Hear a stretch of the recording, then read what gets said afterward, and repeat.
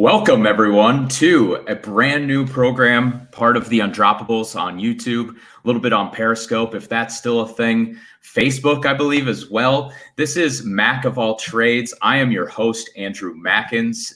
Very conceited title, if I do say so myself, but had to go with the pun.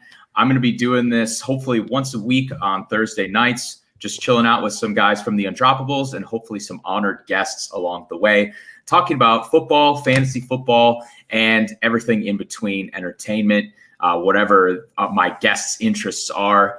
Tonight, we're going to be talking about early best ball and NBA Top Shot, the talk of the town nowadays. I am joined by a fellow Top Shot early adopter and new member of the Undroppables, Michael Duncan, and the resident doctor of the Undroppables, Adam Hutchison. Michael and Adam, welcome to the pilot of Mack of All Trades. Does this mean we aren't honored guests? That's what I got out of that intro. Well, I stopped listening after that. Well, no, if the show fails, it's our fault, Michael. Just know that. We came on here and tanked it from the beginning. Yeah. Most pilots don't get greenlit for season one, so this is a big test, and you guys are going to help me out along the way. I would say the honored guests, the VIPs, will be people from outside of the Undroppables, but we're a 20-man strong crew, so I want to get everyone from the Undroppables in if we can. So yeah, I just want to ask you guys from the beginning, introduce yourselves to the people watching after this is live. Michael, I know you're really new to the Undroppables, but I've been working with you a lot on some of the written content on our site this off season. So let the people out there know what you've been working on. Yeah, so I guess I've been with the Undroppables for a couple of weeks now. Started out with a couple of articles previewing, I think, the NFC East and the AFC East, just talking about what we can expect to see change-wise to their teams, their lineups, how that's going to affect fantasy. And then I recently published an article about Carson Wentz. I'm an Eagles fan, so that hit close to home, and kind of what it means for both the Colts, for Carson, and for the Eagles. Just kind of crying while doing it. So I was about to ask, how do you feel about it now? You've had some time removed from it. You got out your feelings on the keyboard. Are you moving on? Are you excited for Jalen Hurts? Well, so first and foremost, I love Carson Wentz. I've loved him since the minute he was drafted. He's probably my favorite player in the NFL right now. And he has been for a while. I think it's good for him. I think it's good for the Eagles because, it's a complete organizational failure that it got to this, but Carson wanted to be gone, and, we're going to rebuild. We have to tear everything down because Howie Roseman sucks. But Jalen Hurts is, he's a great dude. I like rooting for him. I thought that coming out of college, and never really thought he'd be suiting up for the Eagles, but here it is. So. Yeah, my outside looking in is that Howie Roseman sucks too, but he went for it. He got you a Super Bowl. He built the team for that, moonshot. Let's get a Super Bowl. It's so hard to fucking win one that he built that up. And then now you're kind of, seeing all of the fallout from that with a lot of veterans that were signed to bloated contracts. Is that how you see it? And you're like at peace with that? Like, hey, you got your first Super Bowl ever. Stop complaining. Or are you still like, God damn it, now we have to sit through the shit? Well, so Eagles fans are never going to not complain. I think we all know that, and we live with it. I think if you asked anyone before the Super Bowl, we all would have said the same thing, that we would trade 50 years of, 0-16 seasons for one Super Bowl. Obviously, I don't think anyone really expected this when we made that deal with the devil, but we did. This is what we're getting, and we're going to keep complaining about it, even though none of us would trade the Super Bowl. None of us would trade 2017 for anything. But yeah, I don't think it had to go down this way. I think Howie, while he did do a lot of really good things leading up to 2017, a lot of great veteran deals like Chris Long and, some of the backups like Nick Foles and stuff, that were key. But, after that, he just it was a lot of misses. It was signing Alshon, or not signing him, but, he signed an extension. Him. Yeah. And that guaranteed more money, and not great. It unforced errors is what led to this. And yeah, it sucks, but it is what it is. Adam, I hate to, put you in a box with this question, but obviously Carson Wentz has some injury history, and I think that led to him losing his mechanics entirely, but also the injury history, a kind of a dirty soup of factors that led to him leaving the team or getting, benched for Hurts. Do you think that's something he's going to have to worry about a lot in Indianapolis? Are you worried for the Colts fans out there, like our fellow fantasy Dukes and Paulie? I don't think so. And the main reason is that offensive line in Indy should be, no offense, Michael, a lot better than what he's been dealing with. No offense taken. Yeah. So, I mean, the big one was the ACL with Wentz, but we've seen him come back, and I haven't seen any limitations in his game or anything like that. So I'm not worried, long term for fantasy purposes or, his NFL career. Yeah, I'm really excited to see what the Colts do now. I think Wentz, if he can get back to who he was in 2017, 2018, that pairing him with Jonathan Taylor, who, the cover for this pilot show, and we're going to talk about him in the best ball section. I think that's a really dynamic pair there. And normally you'd be talking about who he's throwing to, like T.Y. Hilton and Michael Pittman, but I think there's something left to be seen there. I'm much more excited for the line, Jonathan Taylor and Wentz being able to distribute the ball as well. Yeah, he's probably the best run. I mean, he had Miles Sanders, but in the early years of his career in Philly, I mean, Jonathan Taylor blows the likes of Jay Ajayi and all those guys away. I mean, I think he had Ryan Matthews for a season even. I mean, good Lord. So. Yeah. Let's pivot to Adam's team, because I know you are a Bears fan, correct, Adam? Yeah, unfortunately. Yeah. And I haven't been deep in the reports on this, but I did see the Bears team name mentioned in some of the, I believe it was the Russell Wilson rumors. So he wants to get out of Seattle. I totally get it, but tell me how you're feeling about that, because I was literally laughing my ass off when I saw that. Yeah, I mean, I'm not going to get my hopes up. Obviously, Chicago would take Russell Wilson with open arms. Like, he would be by far the best quarterback that franchise has ever had. I can't think of a better quarterback that not a Jay Cutler fan. I mean, I like Jay Cuddy, but I mean, Russell Wilson's another level. Yeah. I mean, and I think he's definitely more of a leader too. Like, he's got a decent locker room presence where, I mean, there's video evidence of, like, I saw an interview with Devin Hester, and Devin Hester was like, legitimately, Jay Cutler was the best talented quarterback I ever played with, but his attitude was terrible. You would walk down the hallway and he would be like, texting on his phone. He would go out of his way not to make eye contact with you. And Smoking Jay. Yeah. This is a crazy story. So I don't know if you guys ever heard this or any of our viewers ever heard this, but there was a story that, like, the only person that could check Jay Cutler was Brandon Marshall. So, like, Brandon Marshall would get in his face and be like, he'd be like, Jay, I fucking made you. Okay. If you wouldn't have gotten paid all this money if it wasn't for me, I want you to throw me the ball. So one time they were at practice and Devin Hester was talking to Julius Peppers, and Brandon Marshall just rips into Jay Cutler right before practice, 15 minutes before practice. And Devin Hester goes, watch. He goes, I bet you he doesn't throw the ball to me or anybody else but Brandon Marshall. He goes, if he passes it to anybody else, I'll pay you $2,000. If he passes it to Brandon Marshall, you pay me $1,000. Peppers is like, all right, bet, let's do this. So they go out there, 1, 2, 3, 19 passes in a row. He threw to Brandon Marshall to start practice. Julius Peppers goes to Devin Hester. He's like, I'm done with this bet. We're not doing this anymore. 19 in a row. Oh my God. He paid up, Brandon right? Marshall. Did he pay up then? He's like, oh, that's all I needed to see. I think he had to, man. Devin Hester made an extra $20K that day at practice. That's why Devin Hester is he's like a spokesperson for PointsBet. He knew everything he was doing. He's a fucking shark, obviously. Yeah. So that's a crazy story. I'm glad to hear that one, because so I'm reading the comments about Mitchell Trubisky, the Nickelodeon valuable player. Yeah, he's an MVP. So obviously you'd be happy with the upgrade of Russell Wilson, because Wilson can be, above that mentality. Like, maybe he's a little corny. He shops at Joseph A. Bank, at least before he dated Ciara, but he can lead a team, and he's been to a Super Bowl. So you pair him with that defense, they've got a good chance, but I just don't see it happening. That would be wild if that happened. I'd love it. I would love it. I don't think it's going to happen. There was rumors about Wentz.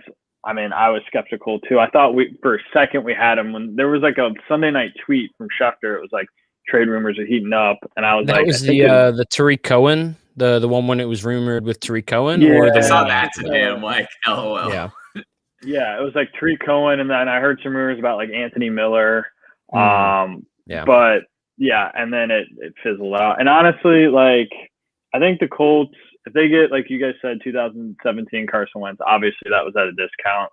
The Bears have made, and Ryan Pace have made so many bad moves. Like I'm not like too pissed off that they just kind of like sat pat and they're like, okay, let's go and figure something else out.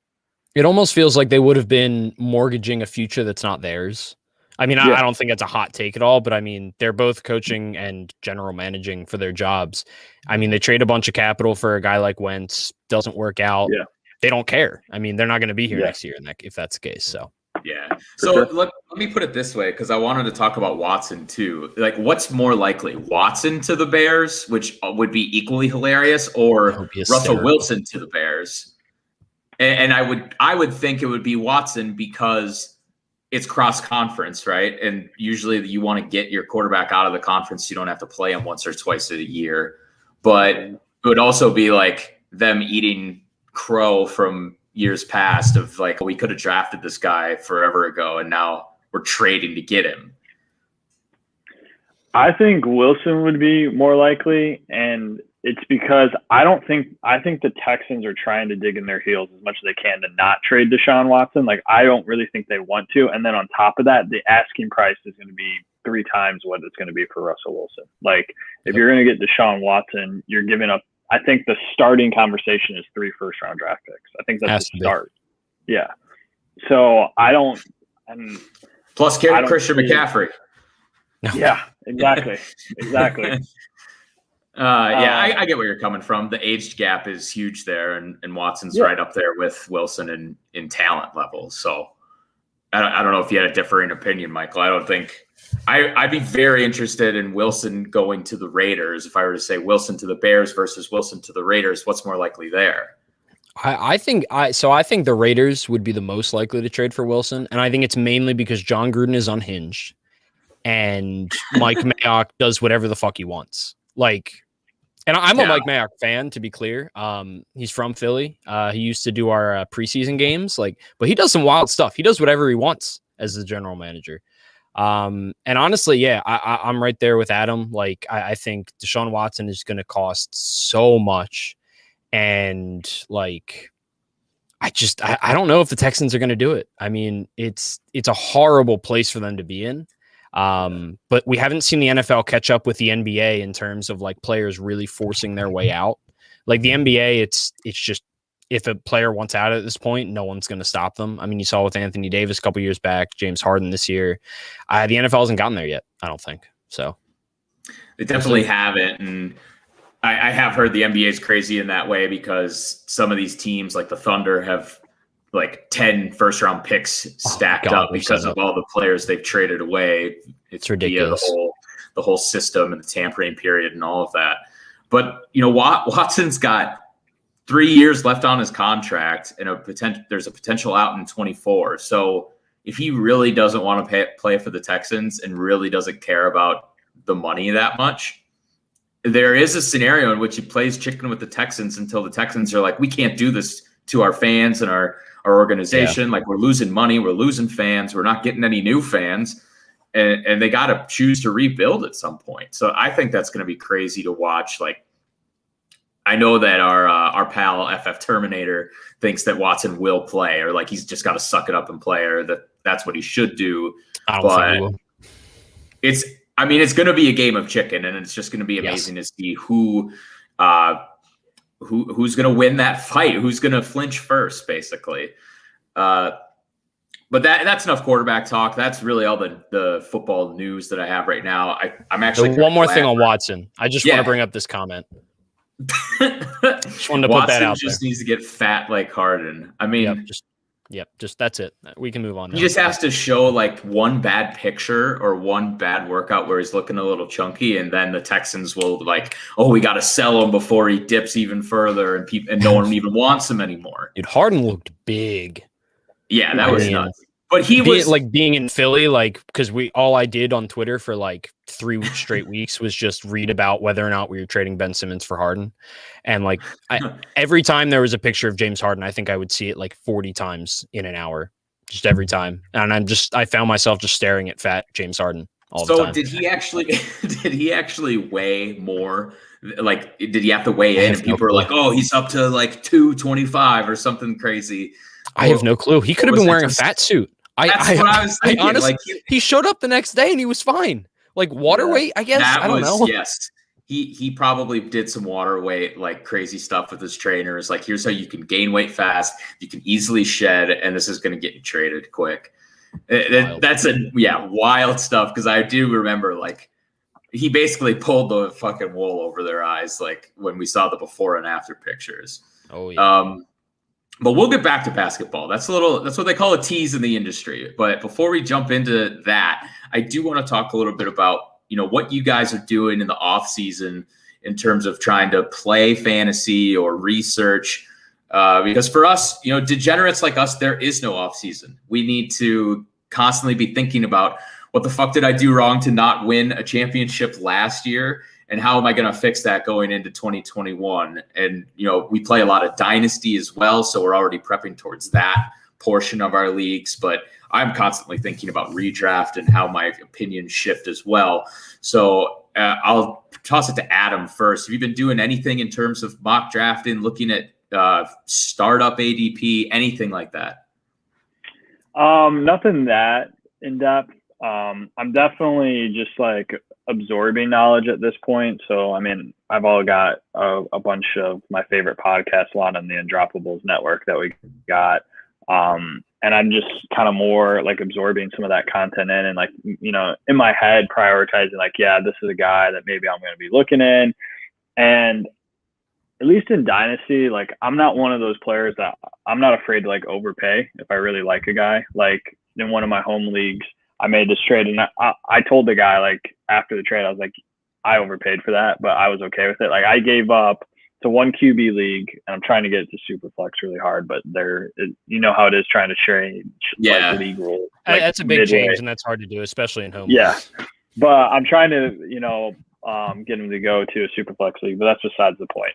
I traded Joe Mixon and the 201. It's gonna 10-team league, so it's gonna be the 11th pick, and I got Antonio Gibson. But I love Antonio Gibson. Like I've been reading a lot of stuff on Antonio Gibson. I really like his profile. I'm really jacked about him. I liked Joe Mixon. I think Joe Mixon's a good player. For whatever reason in this league, it's been around for 3 years. I could not get anyone to fucking trade for Joe Mixon.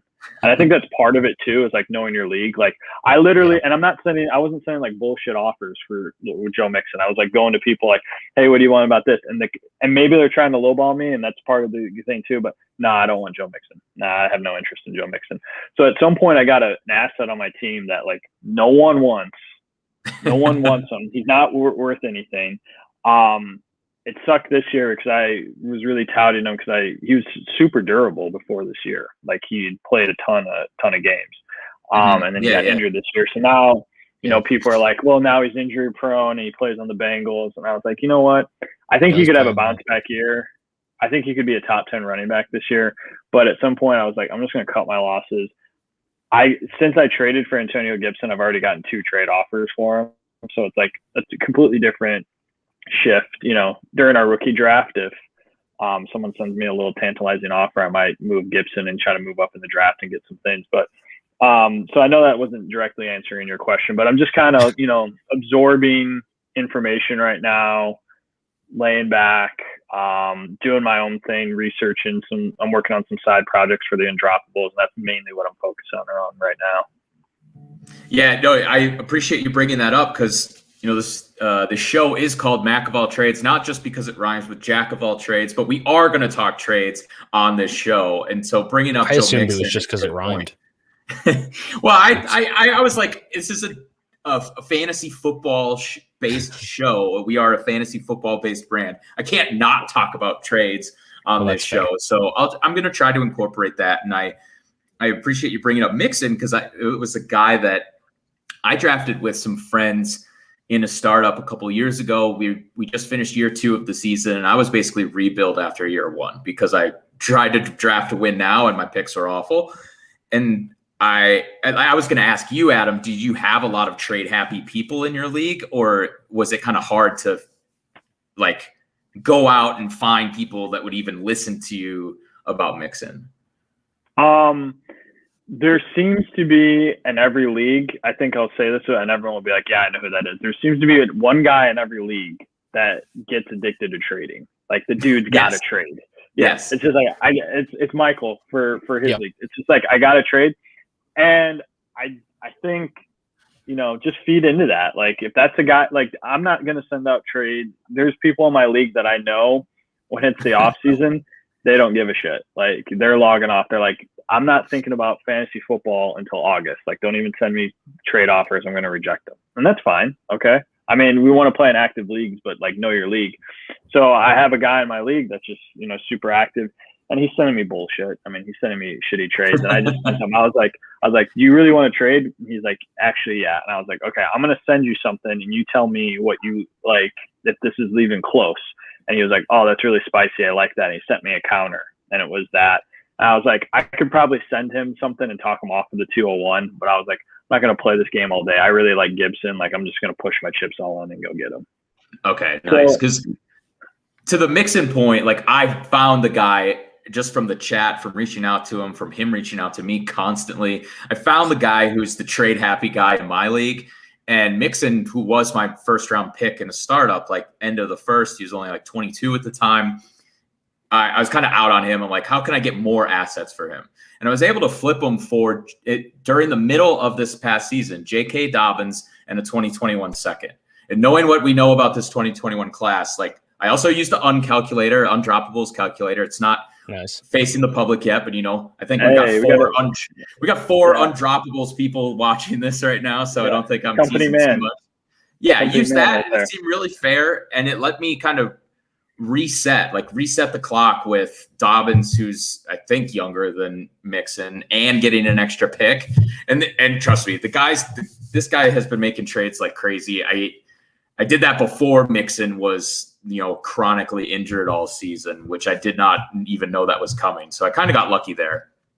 But a great trade, a trade I feel good about, and the uncalculator helped me with that. So wanted to throw that out there.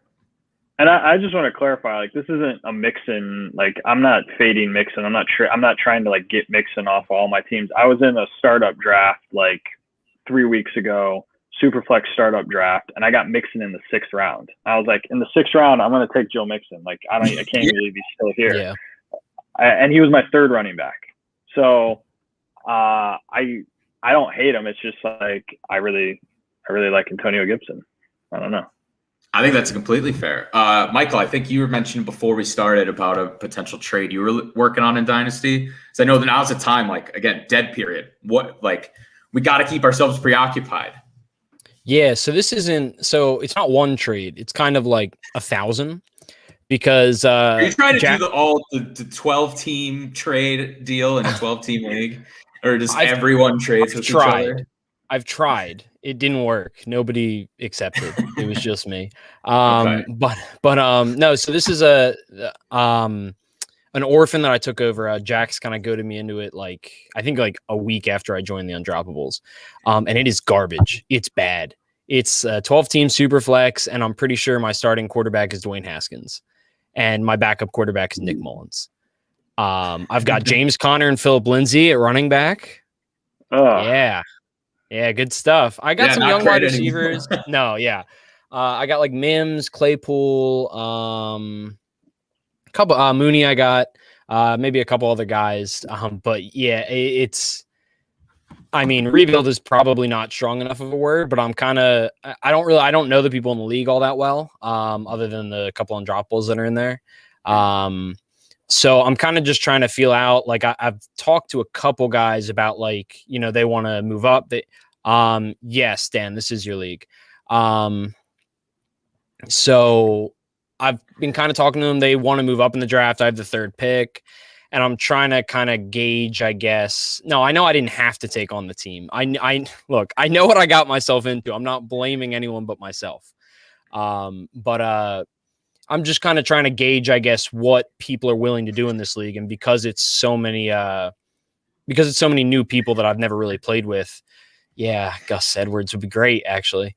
Hey, Gus Bus is actually spicy off the bench for a dynasty asset in my mind. I would trade the 103 for Gus Edwards. I tell you, man. So you said you're basically kind of weighing in, like, what assets do I have that I can even trade, and what should I keep to try and build this team out, right? And kind of getting a vibe for the people in the league, which is, in my opinion, like, really important. Like my longest tenured dynasty league, I have a good vibe of everyone in there. And, like, for the most part, like, there was one dude, he's never going to trade. Like, he offered me, I think, Mike Williams and like the 10th pick for DeAndre Hopkins one year. And I was just like, dude, what are you doing? Like, what are you doing? Yeah. And then he upgraded it to add Nelson Aguilar. I was like, you don't get this. No, but everyone in the league, like, it's about getting a vibe and kind of understanding, where, like, what positions do they value? What, what do they look for? Do they like trading? I mean, do they hate it? It is really that bad. So I think that's kind of, as I kind of go on a little bit in that league, and especially once the season starts, even, once everyone's a little more active, I think I'll have a better idea of what I even can do to fix that team.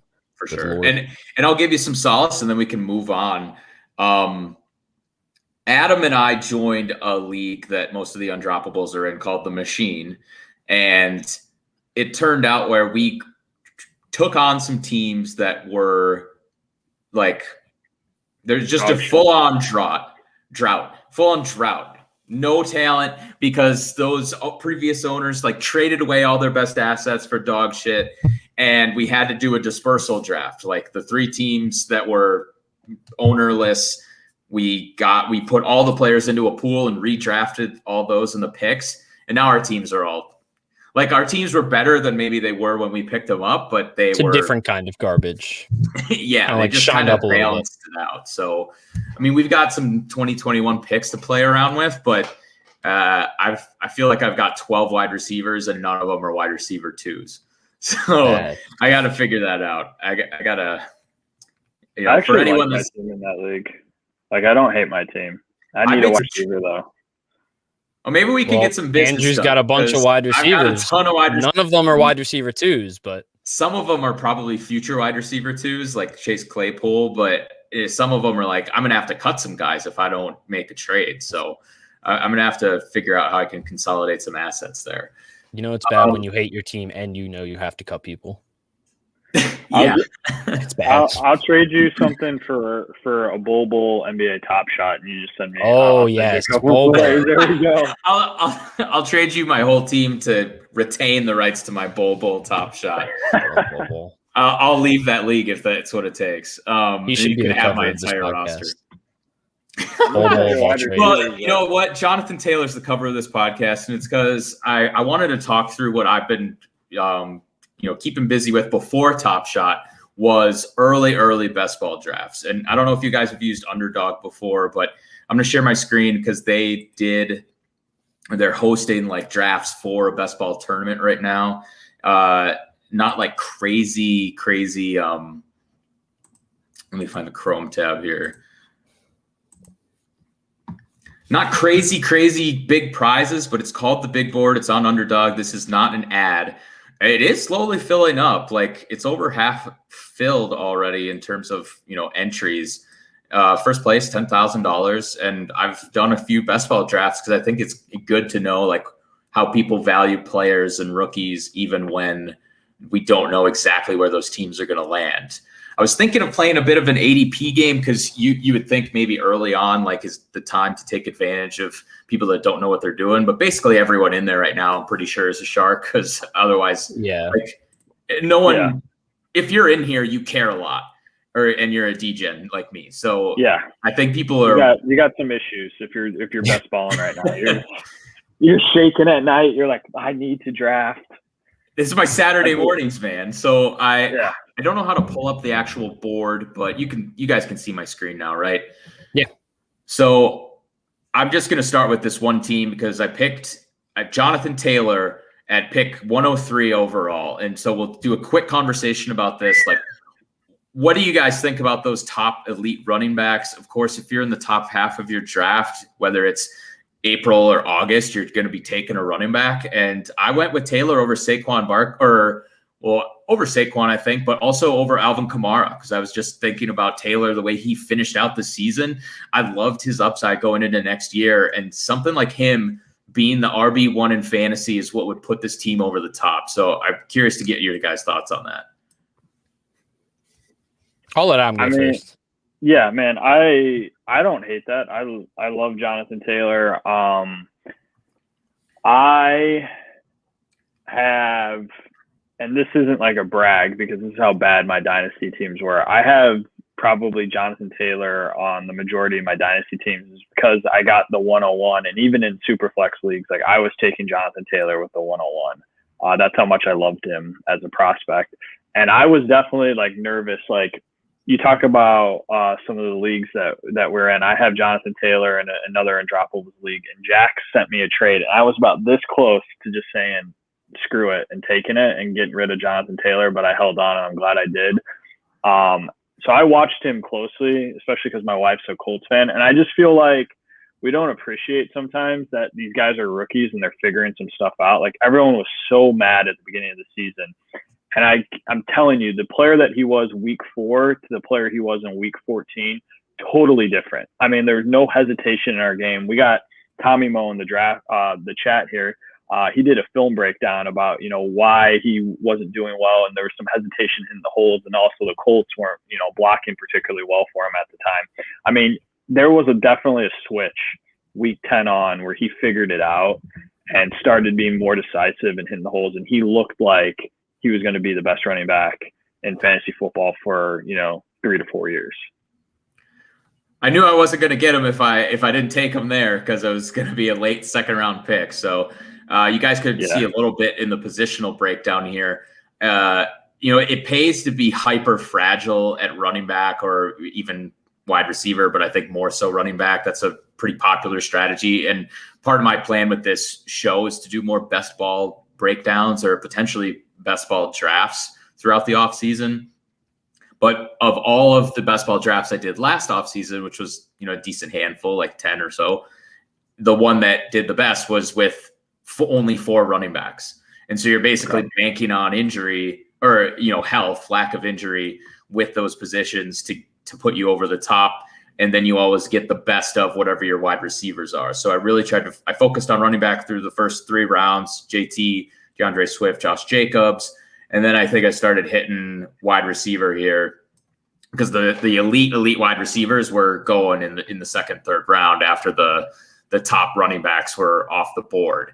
And you can see my 4th wide receiver, because I was so focused on running back, was actually Rashad Bateman. And that's a guy who's, I think he's getting drafted even higher than 121 at this point, but you throw a few rookies in there for some high upside. I don't know. Rondale Moore on there. Is that a mistake? Was he not in the player pool yet? He's in the player pool. I think I drafted him in both of my other ones, so I can click on one of those. But I kind of picked middle round picks or mid to late round picks for tight end and just tried to get 2 good ones. But from listening to Justin Herzig, who's doing his own he won the big underdog best ball tournament. I think he's talked about you really could just focus on 2 tight end, 2 quarterback, and really ride the coattails of a breakout in both of those or some premium guys. I didn't really do that here because I don't know if anyone of Baker, Matt Ryan, Cam Newton is going to have an all-time season. So I'm refining that process as we go, but I do like the 4 running backs here. I'm a bit of a Rojo truther. We'll see what happens with Leonard Fournette. And then I do like this crop of wide receivers, though. So I'm pretty excited. It's a nice crop. Yeah. Yeah. I mean, there's so many rookie wide receivers that are exciting going into this draft class. It's going to be interesting to see what happens with them. I'm looking for I'm not trying to show off all my teams and dive deep into each of them, but I wanted to find a Rondale Moore share in here, and there he is, Rondale Moore. And you got the little DJ Moore too. Yeah, I had to get DJ Moore. This one I did the fragile running back, I think, because I have so many wide receivers, but I spaced it out. I didn't do hyper fragile because it's not like 4, but I added a 5th guy at the end, but that's because I didn't love like anyone past Nick Chubb. Like I think I went Nick Chubb, Allen Robinson, DJ Moore, because I couldn't pass up my guys for these elite wide receivers. And then I was like, well, I'm just going to moonshot at running back then and see what happens. And like Javonte Williams at 58.6, like imagine where Najee Harris is going in these drafts. It's absolutely nothing. Yeah. And we don't even know what team they're going to be on. So it has been crazy being in there. I think I've tried to play the ADP game too much, where I am, thinking that guy will come back to me. And if you think that guy's coming back to you, he's probably not. So if you do get in there because you're a D-gen like me, I think that, you just got to realize you're not the only D-gen in your draft, and you got to be paying attention. Get your guys, have fun with it. It's all a game. So I think we want to move on to the moment we've all been waiting for, and we can wrap this up quickly. On the fantasy football based. Yeah, Andrew, we don't care about your teams. We don't care about your teams. I definitely wanted to talk about best ball because I had Dukes put that in the thumbnail. Bowl. And I've got my bowl, but we're going to rip open a pack because Top Shot is the talk of the town. We were talking about it. It was the first thing we talked about before we went live. And oh my God.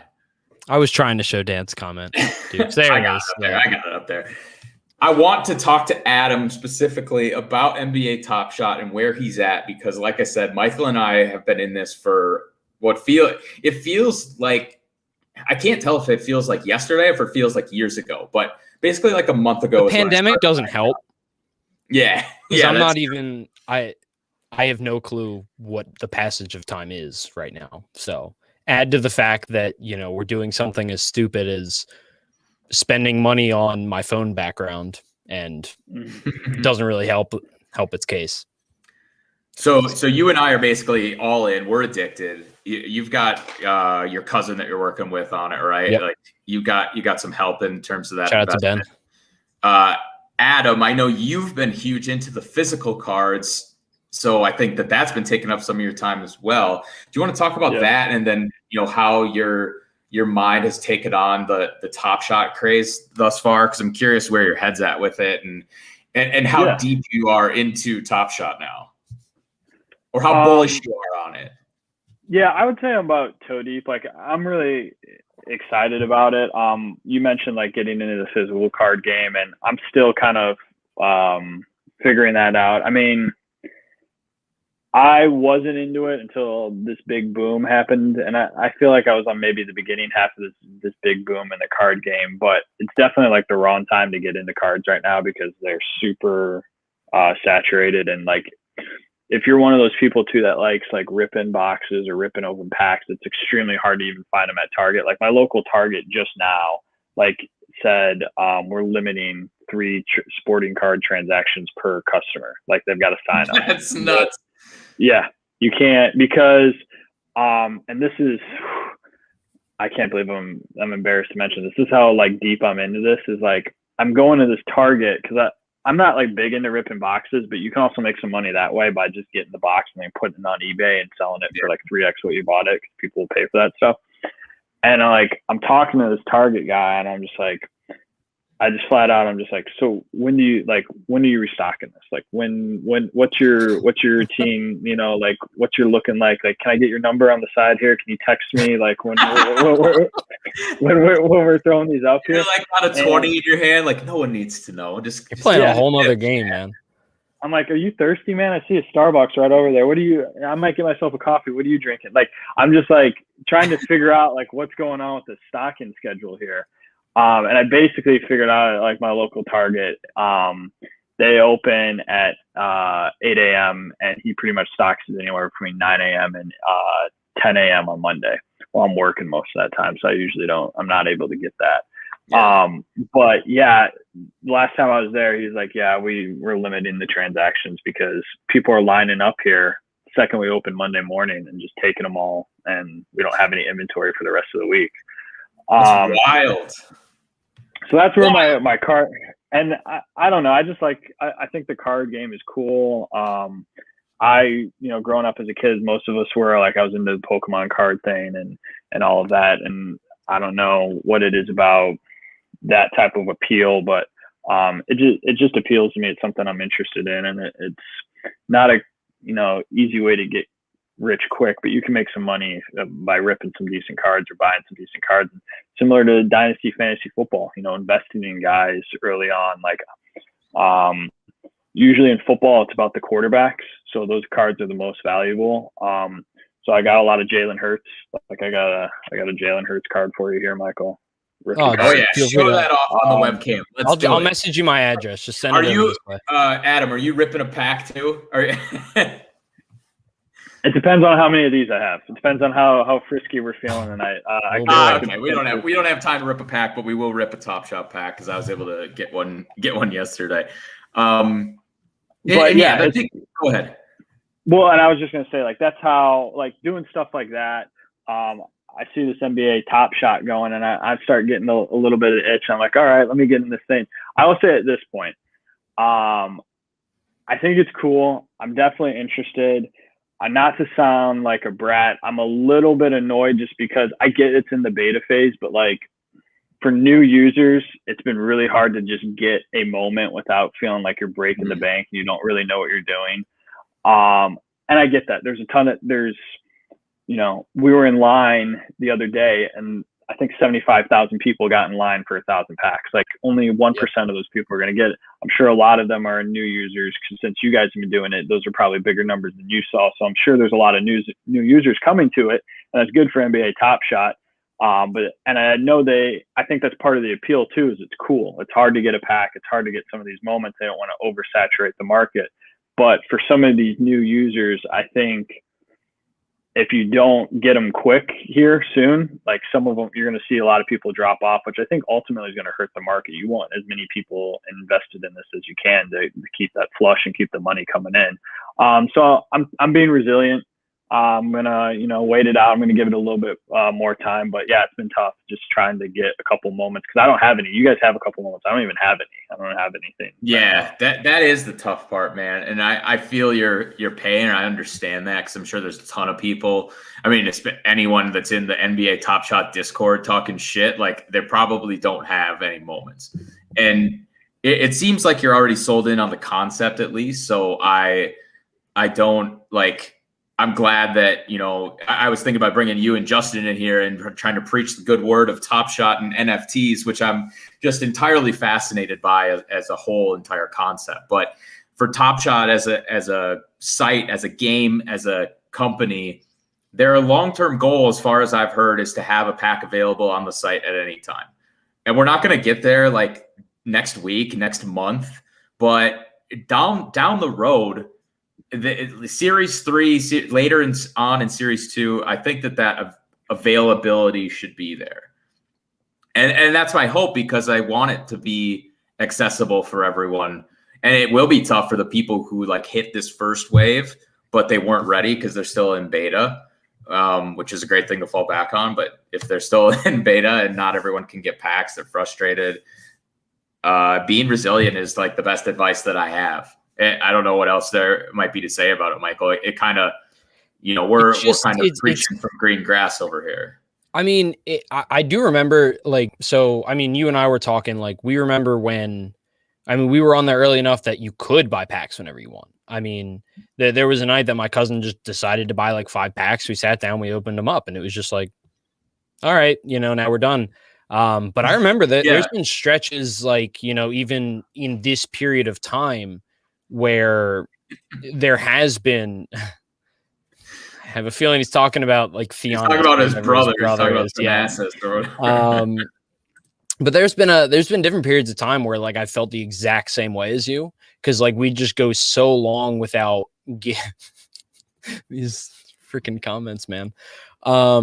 Like we go so long without being able to actually get anything or access anything. And even right now, like, you know, I mean, I think me and Andrew are, I mean, obviously we both got lucky with the drop the other night, but I mean, I haven't bought any cards on the marketplace for at least probably 2 weeks or so. At one point I was buying up a bunch of rookies, but that was before the marketplace just absolutely well, exploded. one, good for you on the rookies, and two, good for you for hodling, because I've been flipping and tripping. Like I have some balance I've been itching to burn, and luckily we've got this pack. Well, I hope I can get one of those premium packs, because what I will say for anyone that's listening is those premium packs, like hopefully the demand by tomorrow or even Saturday is still only around 100,000 people. And that's an 11,000 pack drop. You do have like a 10% chance to get in line to get 6 moments right off the bat for that $100 pack. And one that is instantly going to be worth and one of them times the pack. Yeah, like the rares have shot up like crazy. I'm pretty sure there was a moment where, no pun intended, I saw like a rare Brooke Lopez on the marketplace, low ask, like $30. And I saw someone talk shit about Brooke Lopez in Discord. And I was like, oh yeah, I was just thinking about putting down 30 on that, but I don't know. Didn't. And now his rare's got to be $500 if I had to guess, or maybe even $700. So the market's been crazy. The whole thing has been crazy, but NFTs as an entire concept and just the pure accessibility of NFTs via Top Shot versus like finding some other type of market where you have to pay Ethereum and all of this other cyberpunk like, crazy stuff. Yeah, the crypto punks, crypto cash masks. Yeah, Cyberpunk's the video game, but I've heard that made before. Yep. But yeah, it's crazy. Like I don't know, like it was weird. Near the beginning, I remember me and my cousin, we had bought some like really common 76ers, and you know, we sat down and we looked at a Ben Simmons. It was a rare, I think a metallic gold, I want to say. But it was one of the best plays from like early in this season. And we sat there and we're like, you know, the number 2 was available for $250, I think. And we discussed it way longer than we should have, but we ended up buying it. And that thing is now worth way more than that. But it's just crazy because like the discussion that we had on one hand maybe should have gone a lot longer considering we were buying a YouTube clip. And on the other hand, if you even think about that kind of discussion at this point, you're insane because you just do it if it's $250. But it's just crazy how about this Ben Simmons right here. No, it wasn't. It was a rare. Oh, it's the rare one. Yeah, rare red jerseys. It literally is my background. Like I always use that as an example because season tip off. That's yep, that's the one. So I own the number 2. You made a good point before, Adam, about the listing numbers. Like I love this play. This is what Top Shot looks like for anyone that's unaware. But I figured I'd go find this because it probably is a big deal. Like the number that are actually for sale is what ends up driving the low ask and what the higher end prices are going to be. Like jersey number, obviously rare, and number 1 is like the first ever minted of a moment. So that's more rare because it came first. But Adam, go ahead on listing. Yeah, and it's like, so this ties into like the actual card game because I talked about how like I got into some of this, and it's a learning curve. You're buying some cards, but like I'm not trying to brag or take away from the NBA Top Shot, but like this is a card that I bought and I spent more than I wanted to. This is a 1/1 Patrick Mahomes printing plate. So like I saw this listed on eBay, and this guy had a lot of eBay stuff, and I just messaged him, and I think it was like he's trying to make a living, and it wasn't his most valuable Patrick Mahomes card. But it was definitely like a little bit more than I wanted to pay for a card getting off there. But I was thinking to myself, I'm like, if I buy that card, I essentially now control the market for that specific, like it's not his rookie card, it's not an auto card, but for that specific series of cards, like I kind of control the market now because I have that 1/1 printing plate. Like when I list it, or if I choose to list it, like there's no one that can come back to me and say, well, I've seen like, they can see other printing plates or other 1/1s for Patrick Mahomes and kind of get it, but this is the only card. So you kind of corner that market. It's similar to that. If there's 20 of those listed, like you can be kind of rigid with your listing price as opposed to if there's 600 of those moments listed, then you're kind of just like, well, if I want to flip this for a quick buck, I got to be the lowest guy and know that if there's a lot out there, someone's probably going to undercut you maybe a day later or two. If you're listing it for 35, someone can put it up there for 30. So that's what I'm talking about. Like if I'm going to go to the marketplace and I'm going to buy a moment like that, it's going to be a player I believe in. It's going to be a moment that I like, but it's also going to be one with like very few listings. Right. That's a really good point. I didn't fully get what you were talking about earlier when we were talking about this, but that makes a lot of sense. And that Patrick Mahomes card is pretty cool, by the way. Is that Mahomes? I kind of lagged out. You probably noticed. Is that 1 of 1? Yeah. That's crazy. So there's a printing place. Well, how much did you drop on that? The guy you don't have to say it. You don't have to say it. No. The guy wanted 350, and I probably like would have paid that, but I just like was sending messages, and I ended up paying like I think a little over 2 for it. Okay. But and this was pre Super Bowl too, and I was like really bummed when they didn't win the Super Bowl because I was thinking like if he would have won the Super Bowl, like Tom Brady's cards, I got shitty ass common Tom Brady cards that are worth 50 cents, and I was selling them on Facebook Marketplace. And eBay for $10 a pop, just because. So like you can imagine his shittiest cards were going for $10. Like his really nice cards. I was hoping to do that with Patrick Mahomes, but I like my chances of Patrick Mahomes and maybe win another Super Bowl or 2 where I could, come back. Yeah, that's what I would hold long term, especially if people like in the hobby, as they say, know that it's 1 of 1. Like I know that Prism seems like those are the rarest ones, but maybe I'm off on that. Like, is a Prism right now more valuable or less valuable than a 1 of 1 metallic plate like that? Because it depends. Like it varies on the company too, right? And I'm a little bit the wrong person to ask about this because I'm new, but there are people that like certain cards like Prism or Select just based on the way they look. Like there's people that like Select makes a really nice looking card. It's pretty and whatnot. Mosaic kind of does their thing where they do a lot of cards like this, and some people don't like that design and some people do like the design. But so some of that is in the collectors where there's like people that are like really true to it, where they're like, man, I don't like all that flashy shit. I like a simple card. So there's different styles that way too. But you're right about the Prism and Select is another brand.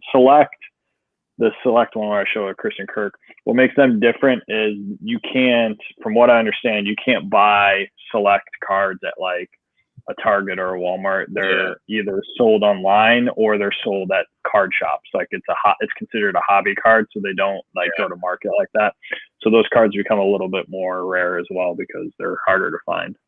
Yeah, definitely card collecting is so interesting to me because it seems like there's so much more that you got to nail down with it. And I think it'll still be around. Like, I don't know how much NFTs or digital collectibles are going to push out. I think they can both coexist, but I think the market for physical cards and the barriers to entry are so much greater, which is why I just jumped in like head first into Top Shot because of the logistics of like mailing stuff, but also like PSA grading if you want to go down that route.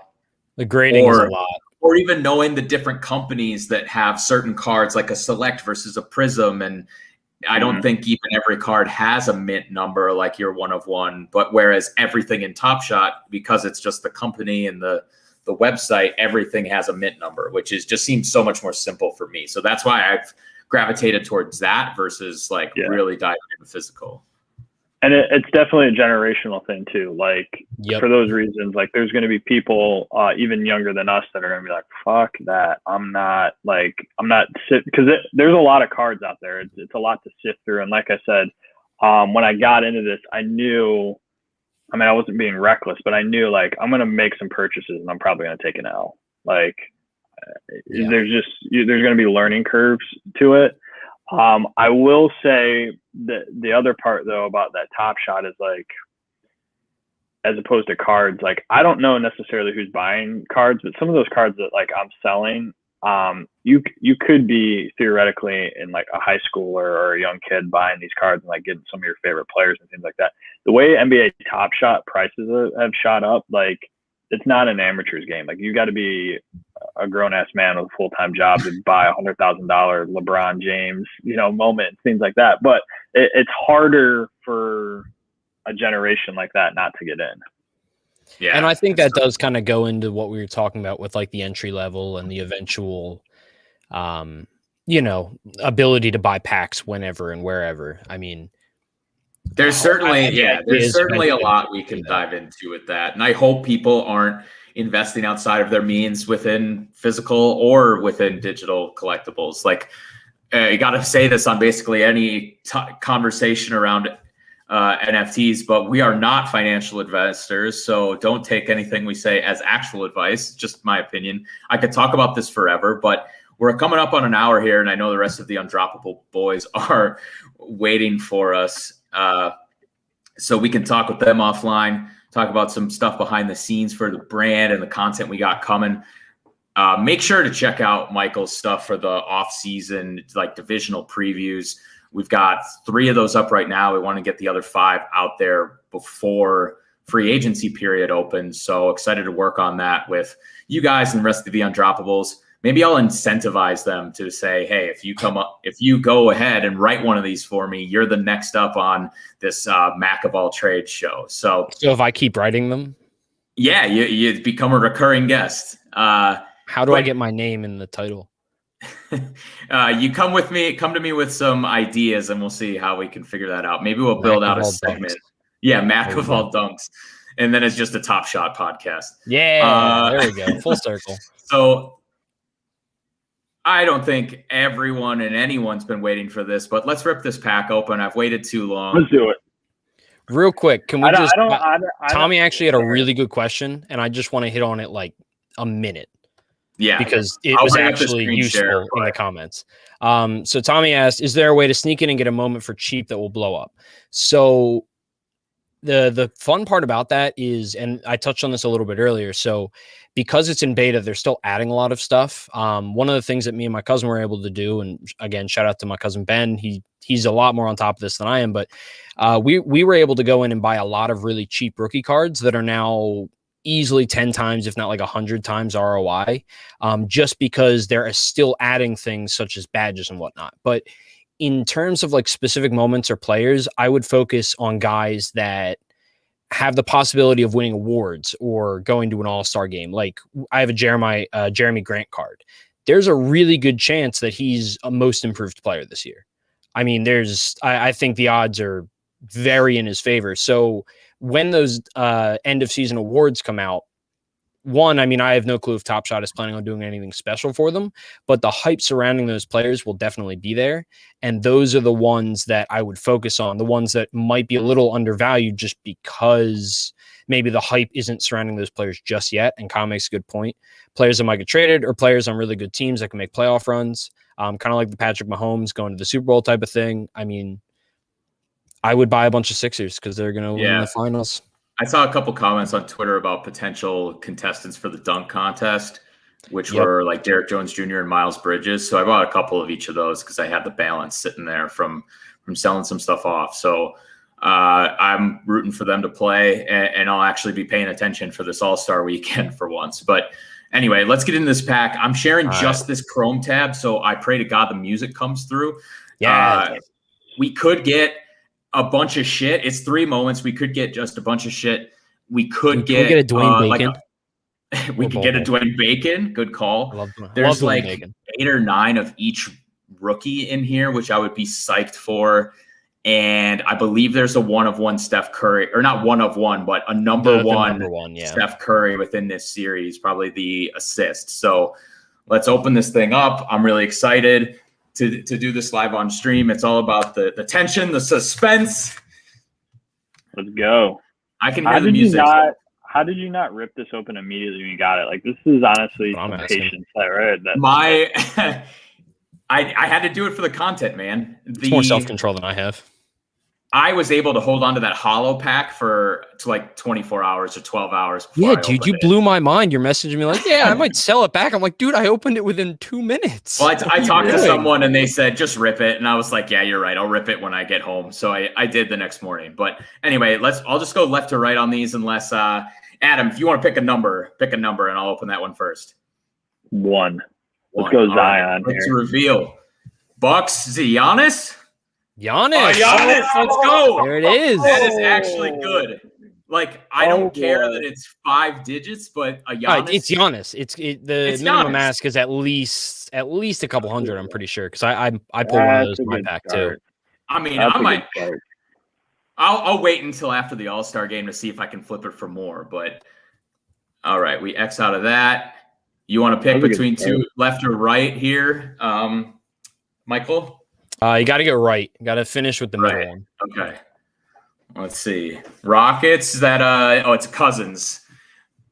3-pointer. He just got cut. He did just get cut. Not even on the team anymore. It's funny because I bought a few of him for a while. What I'll note here is, you know what? I thought this might be his first moment, but it's not because it's at 15,000 mint number. So maybe if he gets traded to the Lakers or something and make a playoff run, that'll be interesting. But let's get this middle one. Giannis is good, but I think we can get more. Maybe a LeBron 200 Let's for go. Giannis, Jazz. Is it Donovan Mitchell? Jordan Clarkson. Jordan Clarkson. All right. 6,000 is not a bad serial. No. Maybe the Jazz make a run, but they're looking good. I mean, we started off hot. I probably should have let Adam call all of them, and then things would have definitely been different. Low ask for the Giannis is 200, by the way. So that's EV. That's plus EV, and that's all good you can ROI ask right for, there. man. Yeah. I'll be curious to see. I'll do the Jordan Clarkson quick. Jordan Clarkson, I would give a free $50. Yeah. Jesus. How many listings are there? So there's 805 listings, which there are a lot. But the thing is, Adam, like I would just go in and if you wanted, you can just undercut the market. Like if you're trying to sell instead of just holding long term, you take that Clarkson, you undercut the market at like 50, and people who are trying to buy will just buy the lowest ask every time. Yeah.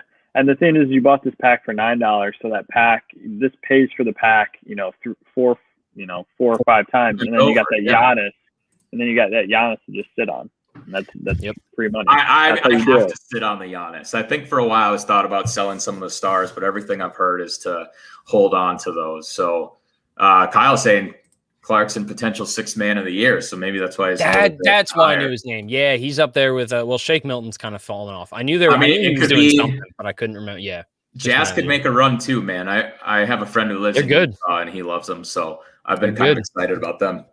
But we've already surpassed an hour. I wanted to keep this shorter, so let's get the fuck out of here. I appreciate chatting with you guys, and we're gonna go chat with the rest of the Undroppables now. So this was a pilot. Hope you guys enjoyed the conversation, or if you're viewing this back on YouTube, feel free to give us a follow at the Undroppables. I'm Andrew Mackens. Adam, Michael, thank you guys again, and we'll see you guys next time. Peace.